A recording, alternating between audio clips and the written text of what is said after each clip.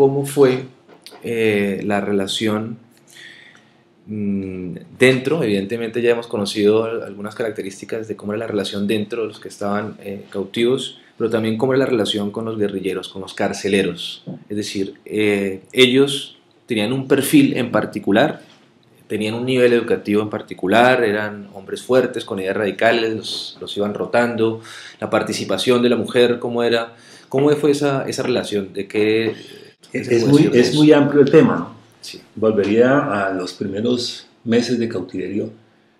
Por ejemplo, el primer carcelero, alias Alonso, que murió posteriormente en un bombardeo en La Macarena. Allí había otro sujeto, alias Oscar. Estos carceleros, pues allí nos tuvieron en una situación especial, y era que no podíamos hablar con los integrantes de la guerrilla. Por lo tanto, ellos únicamente eran los autorizados para hablar con nosotros y venían muy de vez en cuando. Por lo tanto, romper esa barrera durante los primeros meses fue muy difícil. Sin embargo, con el tiempo y a medida que van pasando los meses y duran estos otros carceleros, llamémoslos de rango menor, ya despiertan inquietudes y tratan de hablar con nosotros. Y ahí se establece, porque no todo el tiempo pueden estar los supervisores, llamémoslo así, de la FARC pendientes de que ellos no hablen con nosotros. Y ahí hablábamos con algunos de ellos. El perfil, pues observamos que durante todo el tiempo, es que es muy extenso y si no es exacto los temas, pero en ese tiempo diríamos que los guerrilleros rasos, gente del campo que no tenía ninguna preparación, muchos analfabetas. A medida que van pasando los años y cuando se presenta la situación de la zona de extensión, allí vimos que llegaron carceleros, pero ya de otra preparación. Yo creo que hubo gente de universidades y de colegios que seguramente pensaron que allí era una oportunidad de futuro, y por ese proceso de negociación que se estaba dando, y porque la FARC seguro pensó, y algunos estudiantes seguramente creyeron que ya la FARC se iba a tomar al poder o que iban a llegar a posiciones de alta, de alta posición, diríamos, en el gobierno nacional. Pensaron que allí estarían sus posibilidades y por lo tanto se incorporaron a la guerrilla. Entonces, en ese tiempo observamos que habían guerrilleros ya de otra preparación académica. Algunos del secretariado fueron a hablar con nosotros, pero también fueron mujeres, y vimos que eran de un perfil, yo mencionaría que universitario y ya de preparación intelectual. Sin embargo, ya con el transcurso de los años comienza la erradicación de la coca, y aparte de eso, lo que es la fumigación y la acción, llamémoslo así, del Plan Colombia en pleno vigor contra la organización, no solo de la FARC, sino para erradicar toda esta parte del cultivo de coca. Es por lo tanto que entonces ya ingresan a la FARC otro tipo de personajes, y ahí nos dimos cuenta de que raspachines que les quitaron seguramente sus cultivos o que les quitaron su fuente de empleo, en lugar de regresar a sus lugares de origen, porque ahí estaban, era precisamente por el factor dinero y porque los salarios eran altos. ¿Qué pensaron? Pues no regresaran donde sus familias, porque seguramente llegarían sin los suficientes recursos. Entonces, ¿qué decidieron? Que la mejor alternativa era la FARC, y se incorporaron a la FARC. Esta gente está allí, y pienso que son los que en este momento se han estado desmovilizando. En el caso específico mío, antes de mi liberación, el tercero que estaba al mando de este grupo, que lo comandaba alias Chucho, y denominado alias Joaquín, quien conocía perfectamente la zona y había sido un cultivador, y aparte de eso él había tenido un laboratorio de cocaína. Aparte de ello, él había tenido dinero y se había metido a la guerrilla pensando de que llegaban al poder, y aparte de eso de que allí iba a tener pues muchísimos más recursos, y cuando vio que eso no iba a ser posible y en oportunidades habló con nosotros, era otra persona totalmente diferente. Yo pienso que allí hubo un diálogo extenso, y él decidió desmovilizarse junto con la compañera que tenía de 14 años, que eso también es otra historia de los maltratos de ella, y los dos se desmovilizaron y dieron información suficiente para que posteriormente se diera nuestro rescate. Entonces, esta cuestión de los carceleros son muchos personajes. Sí. Ahora mencionemos otro que nos tuvo durante mucho tiempo, es Arias Sombra, que hoy en día está en la cárcel de Cómbita de Boyacá, un sujeto que no se prestaba para nada, muy tosco, y a pesar de que mucho de ese tiempo en el cual él no estuvo, estaba en la zona de extensión, a él le llegaban los suficientes elementos, pero él no nos los suministraba. Aparte de que tenía suficientes animales, y vuelvo y lo menciono, por la zona de extensión le llegaban marranos, pollos, gallinas, etcétera, para que ellos nos pudieran dar mejor alimentación, pero no lo hacía, sino que nos daba era prácticamente una ración de unos caldos, mejor, unas sopas ahí con gordo de marrano, que muchas veces uno las dejaba porque eran prácticamente una cuestión de grasa que uno no podía consumirlas. Y por lo tanto, este sujeto, incluso los mismos guerrilleros, le tenían odio porque él prefería dejar perder las cosas a suministrárselas a los guerrilleros o suministrárnoslas a nosotros. Ese es otro personaje de aquí. Hay otro que estuvo durante mucho tiempo, alias 45, que también era un perfil agresivo y que no permitía que los guerrilleros hablaran con nosotros. Nos tuvo en una situación bien difícil, allí amarrados con cadenas y candados, y en una situación bien difícil que fue otro tiempo. Eso por parte de los carceleros. No sé si me falta algo más, pero hay mucho para hablar de ellos. No, eso está... Lo que queríamos era como conocer un poco los perfiles. Hay un dicho que dice que un político no deja de ser político ni siquiera en el mismo infierno. Está claro que el secuestro es un infierno. El caso de Alan Jara es un caso excepcional por lo que usted nos ha comentado. O sea, compartió esos conocimientos y aparte de eso sirvió también para no caer tanto en ese rezago intelectual que hemos mencionado en otras ocasiones. Pero también sabemos que tuvieron oportunidad por lo menos de compartir con otros políticos, inclusive con Ingrid Betancourt, con Clara Rojas, y usted ha mencionado a otros. ¿Cómo era dentro del cautiverio, no tanto esa relación, sino ese comportamiento de ellos? Es decir, ¿hablaban de política? ¿Hablaban con los guerrilleros de algunos temas? ¿O cómo se daban esas relaciones con esos otros políticos? Independiente del caso de Alan Jara, que evidentemente pues, es excepcional, ¿no? Las relaciones con los otros dirigentes pues, fueron distantes, llamémoslo así, porque, llamémoslo en sus palabras exactas, son diferentes los estratos sociales. Entonces, los dirigentes políticos por lo general tienen un estrato social alto, elevado, por eso tienen capacidad económica para llegar a esas posiciones. Mientras que el servidor público, en este caso el soldado de policía, pues viene de otro estrato. Por lo tanto, allí hay una gran barrera y una gran diferencia y por eso no fue fácil la convivencia. Pero a medida que van pasando los meses y los años, tenemos que acostumbrarnos a sobrevivir en la selva. Por lo tanto, entonces ya a medida que fue pasando el tiempo se hablaba sobre uno u otro tema. Ya algunos entramos a colaborar, bien sea haciendo un favor. Y en esto hay que ser enfático y es, por ejemplo, el desprendimiento que tiene una familia, una persona. Alan, de sus cosas que le llegaban, él se preocupaba de que primero estuvieran bien los policías y en este caso los secuestrados, mientras que por los otros dirigentes cuando llegaban los elementos, ellos querían era que las mejores cosas, entre comillas, quedaran para ellos. Aparte de eso viene la cuestión de la alimentación. Es bien cierto que el suministro de los alimentos era complicado, pero muchas veces se quería que las mejores cosas quedaran para ellos y que las otras quedaran para los otros. Por lo tanto, eso ocasionó fricciones y choques, porque no es fácil, por decir algo de la carne de monte, si una carne está pulpa y la otra tiene gordo, pues ¿quién se queda con el gordo? Todo el mundo va a querer ver la carne pulpa, ¿cierto? Claro. Entonces son situaciones tan pequeñas que es bien complicado. Aparte de eso, en alguna oportunidad recuerdo que llegó una gaseosa litro para 28. ¿Y cómo repartiendo una gaseosa litro para 28? Casi que nos toca pedir un gotero. No había ahí en la selva, sino nos había tocado por gotas calcular para cuánto. Entonces, ¿qué tocó? Con unos pocillos, bueno, este para 6, este para 6, 6, y tratar de hacerlo de la manera más equitativa. Y eso lo hacían era a propósito los guerrilleros, precisamente para que hubiese conflicto entre nosotros.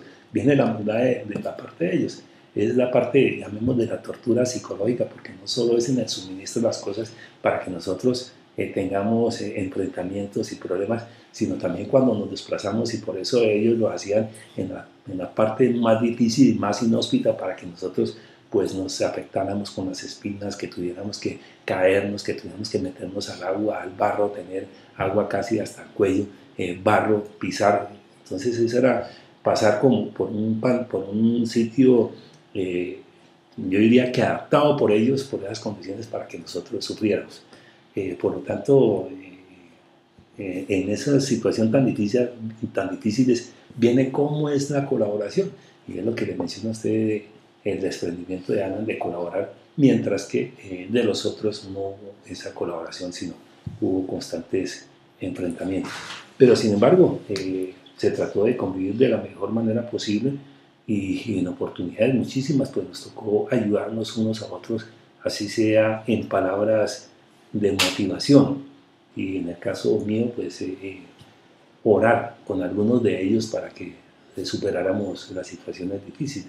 Yo recuerdo que, por ejemplo, cuando murió el esposo de la doctora Consuelo González de Perdomo, pues nos reunimos con los dirigentes y algunos de ellos e hicimos el duelo, podríamos decir, haciendo la famosa novena a las ánimas benditas en honor al esposo de la doctora Consuelo González de Perdomo. Posteriormente también cuando murió, o mejor, cuando asesinaron al esposo de la doctora Gloria de Lozada, pues allí también nos reunimos e hicimos oraciones. Entonces, muchas veces con Clara Rojas, como anécdota especial, bastantes veces oramos, pero lo que menciono es que iniciamos a hacer la novena de Navidad. Llevamos el cuarto día porque ninguno más nos quiso acompañar, entonces la hicimos entre los dos. Ella y yo nos sentábamos ahí en la parte de lo que llaman caleta a hacer la novena, y hablábamos de la posible acción que podría realizar la par de un momento a otro, porque no habíamos ninguna salida. Llevamos el cuarto día de la novena cuando salió por las noticias la decisión de la FARC de dejar en libertad a Clara Rojas y Consuelo González. Inmediatamente a hacer maletas, y ella salió, pero yo seguí haciendo solo la novena en honor y en agradecimiento a Jesús, precisamente porque nos había traído la buena nueva, y ella estaba conmigo haciendo la novena. Y yo pienso que fue un acto milagroso, que influyó en la decisión de la FARC para dejarlas en libertad en ese tiempo. Bien, cambiando un poco de tema y saliéndonos ya del tema del secuestro en sí, ustedes, claro, a través de los medios de comunicación, de la radio, cuando les daban la oportunidad de escucharla, se tendrían que estar enterando de que de las fuerzas militares y bueno, la fuerza pública de Colombia pues estaba haciendo operativos para rescatar a los secuestrados. ¿Ustedes temían de eso? Porque también hay que tener en cuenta que se hablaba de un intercambio humanitario, pero era un tema que estaba en debate. Pues, se hablaba de un intercambio humanitario bajo ciertas condiciones, pero en el tema del rescate, ¿ustedes temían de que los rescataran? Porque suponemos que donde un rescate salga mal, pues fracasa con vidas, ¿no? Desde el primer momento nosotros esperábamos un rescate, porque era la única salida, y en el caso mío, a los primeros meses, y ya cuando el mono Jojoy habló con nosotros, él dijo: ustedes están aquí para el intercambio humanitario, y específicamente por ser el más antiguo, me dijo, y usted será el último. Entonces yo esperaba que fuera el último en salir de allí, de la selva. Por lo tanto, desde ese momento, desde el primer momento, como lo digo, el secuestro, siempre pensábamos era en las posibilidades de una operación rescate, porque era la única forma casi que de salir allí.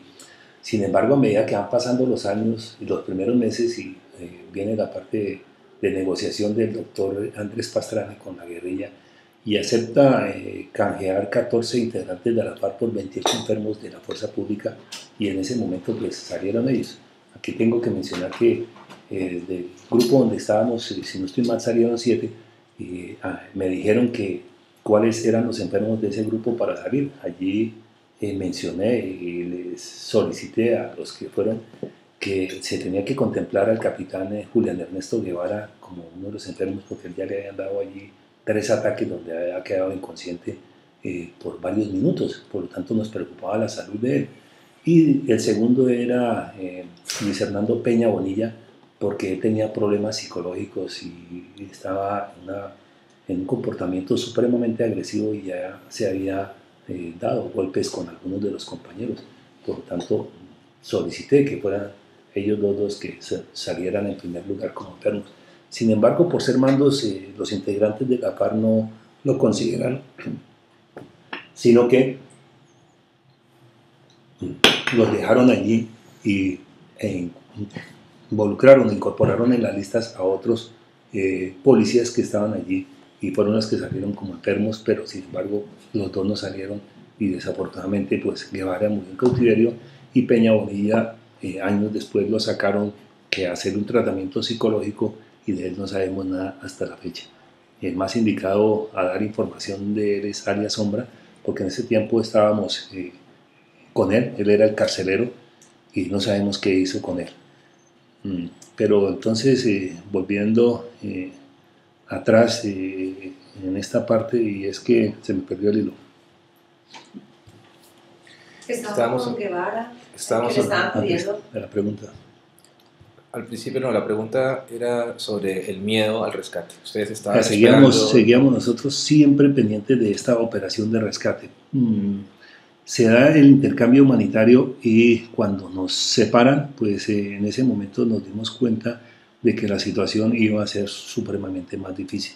Incluso pensamos que nos iban a fusilar, porque recuerdo que éramos 7 de los cuadros de mando y cuando estábamos con los que salen para ese intercambio humanitario nos separaron.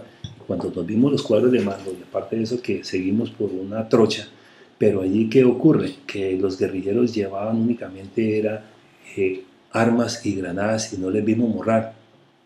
Pensamos lo peor, dijimos, esta gente no trae morral, no traen elementos ni alimentos, ni elementos de intendencia, nos van a fusilar, nos van a meter por aquí en algún hueco. Y en ese momento esperábamos lo peor, hasta que nos llevaron a un sitio donde nos encontramos con los otros mandos que también estaban secuestrados y allí descansamos un poco y comenzó una nueva etapa de cautiverio. Comienza a pasar el tiempo, viene la ejecución del Plan Colombia y a partir de ese momento y específicamente del secuestro del doctor Heche, cuando se rompe la zona de distensión y esa noche decide el doctor Andrés Pastrana terminar con la zona de distensión y como nosotros estábamos precisamente en la zona de distensión, porque las informaciones así no lo dejaban muy claro, a las 12 de la noche comenzó el bombardeo. Por lo tanto, desde esa noche comenzó nuestro trajinar por la selva, fue pendientes del rescate, pero también que en cualquier momento podíamos morir por la acción de los bombarderos. Fueron muchísimos los incidentes donde los aviones bombardearon cerca, aparte de eso el avión fantasma y los helicópteros ametrallaron y afortunadamente salimos vivos, pero en medio de esa inhóspita región siempre pensábamos que en cualquier momento podíamos morir. También mencionar que sería que siempre estuvimos pendientes del rescate porque era la única salida, no había más que hacer.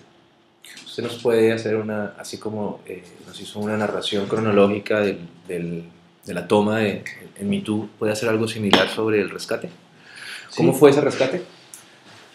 Sí, ese día yo estaba cumpliendo años, 13 de junio, y más o menos el día anterior nosotros le dijimos a alias Chucho que el día siguiente pues fueron mis compañeros, que a ver si se hacía alguna actividad por ese cumpleaños. Por lo tanto, le solicitamos fue el favor que, como era domingo y el sábado por la noche estaba el programa Las Voces de Secuestro de Erwin Hoyos de Caracol, le dijimos que a ver si nos podían escuchar el programa y a ver qué familiares nos llamaban para que nos dijeran a quienes nos habían mandado mensajes y especialmente ese feliz cumpleaños, entre comillas. No sucedió nada ese día, sin embargo, al día siguiente, más o menos a las 11:30 de la mañana, llega alias Chucho y llega con la compañera guerrillera allí a el sitio donde estábamos los 4 secuestrados. En ese momento también traen los alimentos, es decir, lo que es el almuerzo. Y estábamos hablando sobre los mensajes que habían dicho la noche anterior. En ese momento estábamos todos reunidos cuando de un momento a otro suenan disparos, pero eso fue tan intenso que Alia Chucho nomás dijo una expresión: ¿qué pasa? E inmediatamente pues la reacción de mía, hablo de la personal, es tirarme al piso porque ya son disparos. Eso ya es, inmediatamente yo creo que realmente reacciona a lo que fue la toma de MeToo y especialmente a otras acciones que se habían presentado en las cuales me tocó participar. Por lo tanto, la primera reacción es protegerse. Me fui al piso, me fui a rastras y la intensidad del fuego fue permanente, no paró hasta más o menos 25 minutos, y aparte de eso también las explosiones de granadas.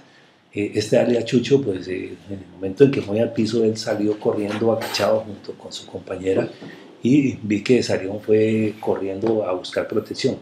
Yo me protegí a rastras junto a unos palmas que hacían las veces de la caleta, y allí encontré un espacio para estar mimetizado ahí, donde me protegí por estas 2 caletas. Los disparos siguieron. Mis 3 compañeros, pues yo creo que a raíz de la muerte del gobernador de Antioquia y los otros, y el exministro de Defensa y también los otros policiales que allí fueron asesinados, y posteriormente en el hecho donde murieron o fueron asesinados por parte de la PAR los 11 diputados del Valle, creo que nosotros ya hayamos aprendido esas 2 lecciones, y seguramente al momento de pensar cada uno de nosotros en qué haríamos cada uno en el momento de hacerse un rescate, yo creo que cada uno en el momento en que cambiábamos de campamento diseñábamos qué hacer en ese momento si se presentara el rescate. Ya le repito lo que yo hice. Sin embargo, los 3 compañeros, como ellos tenían suficiente fuerza en las piernas, lo que salieron fue corriendo inmediatamente agachados. Por lo tanto, mi compañero Murillo, había un caño cerca donde tomábamos el baño, y él allí en el momento en que iba a bañarse había detectado un hueco hacia la orilla, y él, según lo manifestó posteriormente, dijo: no, cuando se presenta algo, allí me meteré, y efectivamente él corrió y se metió allá. Yo no me di cuenta en esos momentos. Y los otros 2 compañeros que tenían suficiente fuerza, lo que era Delgado y lo que era Donato, porque juntos fueron deportistas consumados y todos los días hacían suficiente ejercicio de piernas, ellos inmediatamente salieron, fue a plena carrera, no solo de 100 metros, sino yo no sé cuántos kilómetros internándose en la selva con las cadenas. Por lo tanto, esa fue la protección, y la ventaja es que logramos coger los 4 rumbos diferentes, y por eso pienso que los 4 nos salvamos de esa operación rescate. Ya más o menos pasado unos 25 minutos, yo sigo arrastrándome por el piso, estaba húmedo, y ya observo que por la vegetación viene alguien avanzando también a rastras, y observo un casco verde, un soldado del ejército. En ese momento ya me siento libre, ya cambio totalmente mi actitud. Le saco la mano, le hago señales, comienzo a gritarle, me quedé prácticamente sin voz gritándole para que me identificara, diciéndole que era un secuestrado. Ya él me hace señales de que va saliendo poco a poco, voy saliendo mostrándole las manos. Ya aparecen otros soldados que también van a rastras con sus cascos. Ya observo que hay más y le sigo hablando que soy secuestrado. Ya él saca un papel de uno de sus bolsillos del uniforme que llevaba, mira allí y seguramente ve que la cara mía es parecida, y ya me dice que me acerque por señales. Pues sigo a rastras y me acerco a él, y en ese momento pues pienso que disfruto plenamente la libertad. Me identifico quién soy, hablo con ellos y sigue la operación militar de más granadas, de más disparos, y ya les indico más o menos por qué lado está el campamento de los guerrilleros. Ellos siguen ya llegando más soldados y sigue la acción hacia ese lado. También les menciono dónde están, que los otros 3 compañeros habían salido por rumbos diferentes a otros lados, y por lo tanto con ellos inmediatamente comenzamos a buscarlos. Y es así como yo creo que, ya no recuerdo si media hora o 1 hora posteriormente, ya se ubica a Murillo cerca del caño, y ya sale y toma contacto con nosotros. Pasadas unas 6 horas más o menos, ya se detecta que llega Delgado, y al día siguiente a las 7 de la mañana llega Donato. ¿Por qué llegan ellos? Porque nosotros seguimos informándole a los a los soldados, al grupo militar que hizo el rescate, de que teníamos que llamarlos y buscarlos.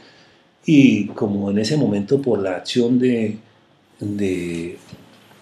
Plan Colombia, ellos, los guerrilleros, no hacían casi ruidos en la selva, por lo tanto, cuando entran, yo creo que 1 hora, 2 horas después de las 12, 2 helicópteros, y de los cuales descienden más soldados para apoyar la operación, pero también traen motosierras, porque ya estaba a contacto de que estábamos ahí para posteriormente evacuar a los soldados, traen en los helicópteros unas motosierras. Entonces nosotros dijimos, las motosierras son fundamentales y por favor suficiente combustible para que estas motosierras funcionen permanentemente, porque será la orientación para que los otros secuestrados puedan regresar. Vale, porque ahí sí me conmigo.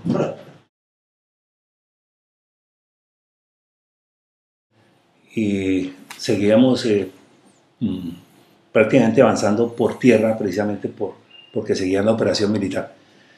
Y como le mencionaba, como ya el helicóptero bajó más gente y aparte de eso trajeron las motosierras, insistíamos en que estas motosierras tenían que estar prendidas porque esa era la orientación que podían tener tanto Donato y Delgado para poder regresar hacia donde estábamos.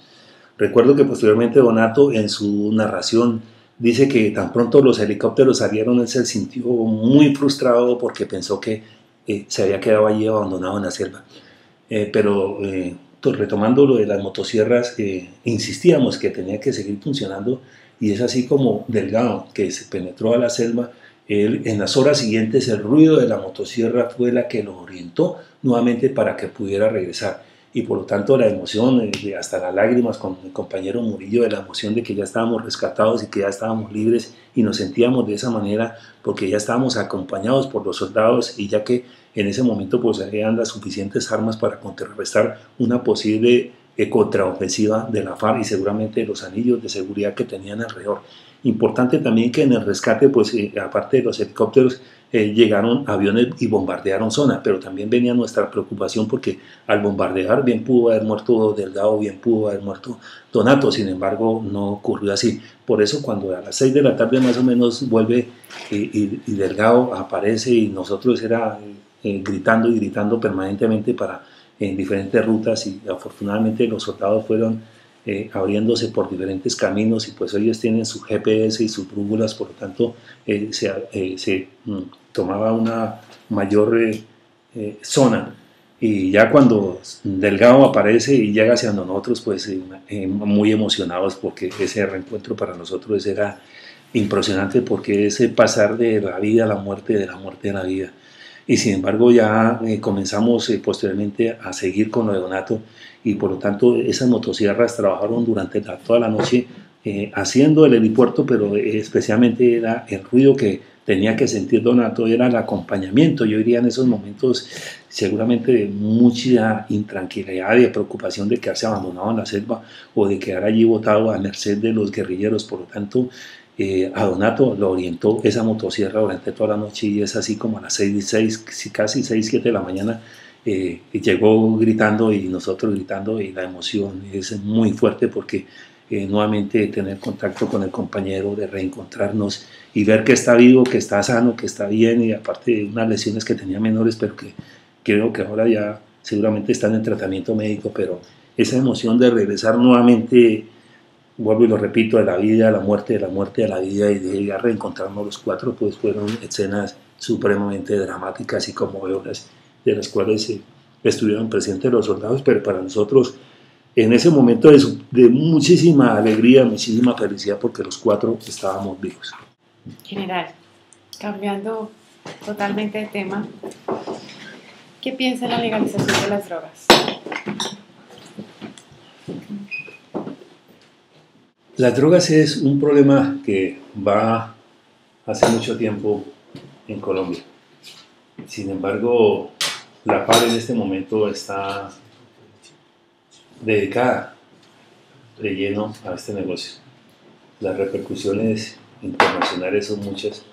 Yo pienso que el cambio de mentalidad se tiene que dar es por parte de la sociedad en lo que respecta a los consumidores. Pero también es las campañas educativas que tienen que promover todos los gobiernos para evitar el consumo de ellas. porque aparte de que Colombia pues, es cultivador de estas sustancias, pienso que hoy en día en cualquier parte del mundo lo pueden hacer, o sea que se cambiaría de lugar para este cultivo, para este negocio, para este procesamiento de drogas. Es un tema bien complejo que tienen que abordar, son los dirigentes del mundo entero.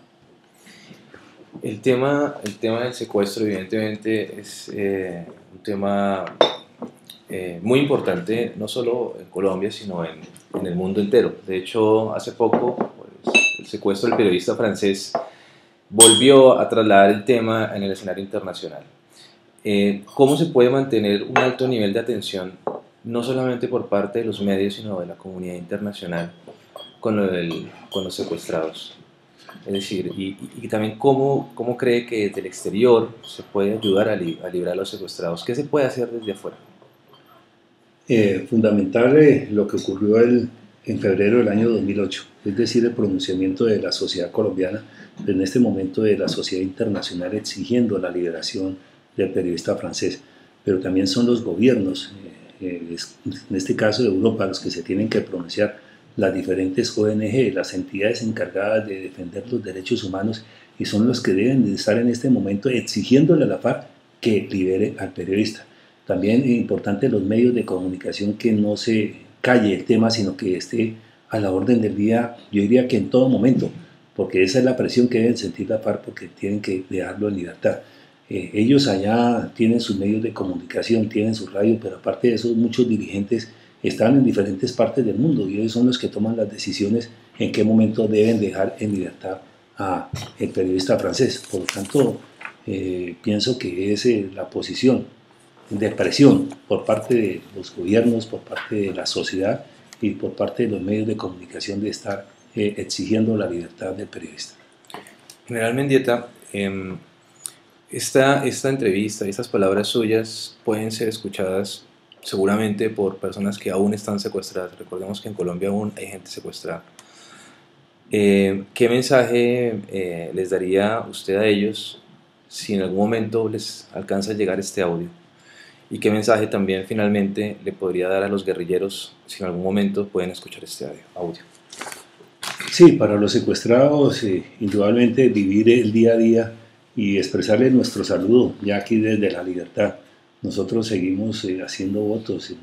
Lo que tenemos a nuestro alcance, pues muchas veces no será sino la oración precisamente para que ellos puedan regresar a sus hogares. Pero también insistirles en la capacidad que deben de tener ellos para afrontar cada una de las dificultades que les ocurran paso a paso en ese transitar por tan infrahumana condición. Llenarse de valor, de vigor, de soportar estas cosas. Yo creo que posteriormente trae su premio, que es la libertad y el regreso a la vida, y el regreso a sus familiares, a sus seres queridos, a su entorno familiar, pero especialmente también a sus actividades productivas que seguramente tendrían o de empleo. Y la segunda parte es que no se me olvidó la segunda parte. El mensaje para los guerrilleros. Para los guerrilleros. La segunda parte del mensaje a los guerrilleros es que lo único que les queda es desmovilizarse. Ellos no pueden seguir cometiendo actos de terrorismo, no pueden seguir asesinando jóvenes, niños, niñas, ancianos, tampoco pueden seguir reclutando menores de edad como lo están haciendo. Aparte de ello, tienen que dejar el narcotráfico, tienen que dejar de comerciar con armas, con explosivos, dejar de llevar insumos químicos para procesar droga, y a ellos les queda es el camino de la desmovilización. Yo creo que el gobierno nacional les ha abierto caminos precisamente para que ellos puedan emprender una nueva vida de regreso no solo a sus hogares, sino también a una actividad productiva que sea provechosa tanto para ellos, para las familias, pero especialmente para el país.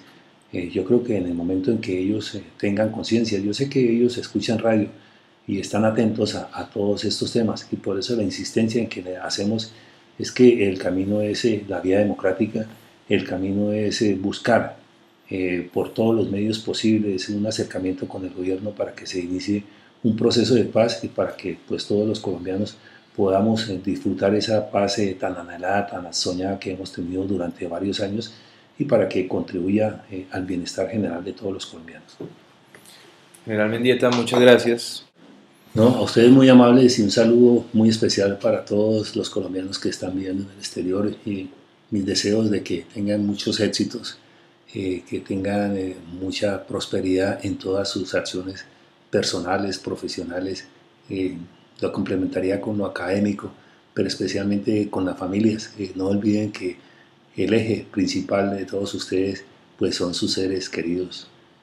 Aparte de eso, complementarle que deben disfrutar cada segundo de vida, que deben disfrutar cada cosa que pueda llegar a sus manos en todo momento, porque qué alegre en este momento sentirse, en el caso personal, con ropa seca, no húmeda como en la selva, de estar respirando un aire puro y no húmedo, de sentir el calor del sol y no de la humedad, de ver los colores maravillosos que tiene la vida. Y aparte de eso me haría interminable con narraciones de cada uno de los detalles, por mencionar algo, de estar disfrutando en este momento de un tinto, de una aromática, de tener un pocillo, una cuchara, un azúcar, de estar en este momento sentado en una cómoda silla con un escritorio, de ver un aparato electrónico como es un computador, una grabadora. De verdad que estas cosas son maravillosas en este momento para mí, y a ustedes que están del otro lado, invitar a que disfruten cada cosa de la tecnología, cada libro, cada escrito, que disfruten cada canción, porque cuando estábamos allá y no podíamos escuchar nada, que de verdad siente uno la emoción cuando vuelve a escuchar un ruido musical. Por lo tanto, son tantas las cosas, y lo primero que deberían mencionar, que lo hago ahora de últimas, es orar, rezar a Dios y a la Virgen. Un feliz día y muchas gracias. Muchas gracias, General Mendieta. Y gracias también a Alejandra Bastidas, que estuvo acompañándonos a nosotros en esta entrevista. Esto fue una entrevista para ARSEX, Asociación en la Red de Colombianos en el Exterior.